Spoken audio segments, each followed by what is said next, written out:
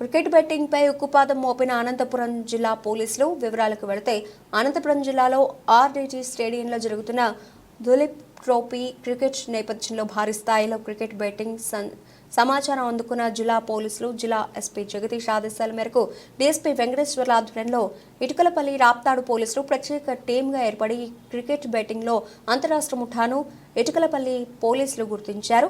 అనంతరం Itukalapalli CI Hemanth Kumar AP news channel ద్వారా మాట్లాడుతూ ఈ అంతరాష్ట్ర ముఠాలో మొత్తం 19 మందిని నిందితులుగా గుర్తించి అరెస్ట్ చేశామని, 8,60,000 నగదును స్వాధీనం చేసుకున్నామని, అంతేకాకుండా 19 సెల్ ఫోన్లు, 2 కార్లు స్వాధీనం చేసుకున్నామని.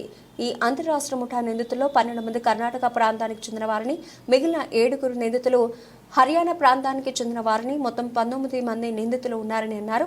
ఈ క్రికెట్ బెట్టింగ్ పై పోలీసులు ప్రత్యేక నిఘా ఉంచి టీంగా ఏర్పడి జిల్లా ఎస్పీ జగదీష్ ఆదేశాల మేరకు డీఎస్పీ టి వెంకటేశ్వర్ల ఆధ్వర్యంలో Raptadu CI Sriharsha, SI Vijay Kumar police సిబ్బంది ప్రత్యేక టీంగా ఏర్పడి నిందితులను గుర్తించి అరెస్ట్ చేశామని Itukalapalli CI Hemanth Kumar AP news channel ద్వారా తెలిపారు. నమస్కారం. మొన్న 22 తేదీ అనంతపూర్ ఆర్డిటీ క్రికెట్ గ్రౌండ్లో జరిగిన దిలీప్ ట్రోఫీ చివరి మ్యాచ్లో మా ఎస్పీ గారికి రాబడిన సమాచారం ప్రకారం మా డిఎస్పీ గారు అనంతపూర్లో డిఎస్పీ వెంకటేశ్వర ఆధ్వర్యంలో మా టీము క్రికెట్ బుకీల్ని 19 మందిని అరెస్ట్ చేయడం జరిగింది. వీళ్ళందరూ కూడా కర్ణాటక రాష్ట్రం చెందిన వాళ్ళు, హర్యానా రాష్ట్రం చెందిన వాళ్ళు. మన అనంతపూర్లో మొదటిసారి ఇంటర్నేషనల్ మ్యాచ్ జరగడం వల్ల, ఈ ట్రోఫీ వల్ల ఈ ఆన్లైన్ డిలే లేట్గా ఉంటుందని చెప్పి లైవ్లో కూర్చొని లైవ్లో మ్యాచ్ చూస్తూ యాప్ల ద్వారా అదే విధంగా వాళ్ళు ఇండివిజువల్ బెట్టింగ్ కూడా అక్కడే వాళ్ళే ఆడుకుంటున్నారు. లాస్ట్ చివరి మ్యాచ్లో చివరి రోజు 22వ తేదీ ఈ నెల వీళ్ళు భారీ మొత్తంలో బెట్టింగ్ ఆడడం జరిగింది. ఆ ఇన్ఫర్మేషన్ పైన మేము టీమ్స్ పెట్టి దాన్ని ఇన్వెస్టిగేషన్ చేసే టైంలో నిన్నటి దినము సాయంత్రము యుఎస్ హోటల్ ఆర్మీ హౌస్ అనే హోటల్ ఉంటుంది ఇటుకలపల్లి లిమిట్స్లో. వీళ్ళంతా బెట్టింగ్ చూసుకుని 22 మొత్తం బెట్టింగ్ ఆడి దాదాపు 8,60,000 రూపాయలు చేతులు మారుతున్న విషయాన్ని మేము గమనించి ఈ బెట్టింగ్ అమౌంట్ని వాళ్ళు పంచుకుంటారని రాబడే సమాచారంపై ఇమ్మీడియట్గా రైడ్ చేసి వాళ్ళందరినీ కూడా అరెస్ట్ చేయడం జరిగింది. వాళ్ళపైన ఎఫ్ఐఆర్ కట్టడం జరిగింది. అదేవిధంగా వాళ్ళ వద్ద నుంచి ఈ బెట్టింగ్ ఉపయోగించిన 19 మొబైల్ ఫోన్లు కూడా ఈ 19 మంది దగ్గర నుంచి సీజ్ చేయడం జరిగింది.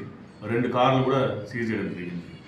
ఇవి ముఖ్యంగా ఈ బెట్టింగ్ అనేది ఆన్లైన్లో ఆడుతూ అదేవిధంగా లైవ్ లొకేషన్ లైవ్ మ్యాచ్ చూస్తూ ఒక 2-3 బాల్స్ తేడాతో యాప్లో వాళ్ళని కూడా మోసం చేయాలనే ఉద్దేశంతో వీళ్ళు రావడం జరిగింది.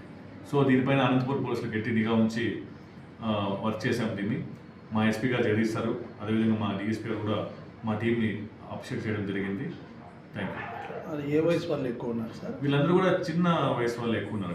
అంతా కూడా అబోవ్ 20 to 30 years, 20 నుండి 30 సంవత్సరాల పిల్లలే ఎక్కువ ఉన్నారు. ఒకరు 40 ఏళ్ళ వాళ్ళు ఉంటారు. పిల్లలే ఎక్కువ ఈ టైప్ బెట్టింగ్కి అడిక్ట్ అవుతున్నారు.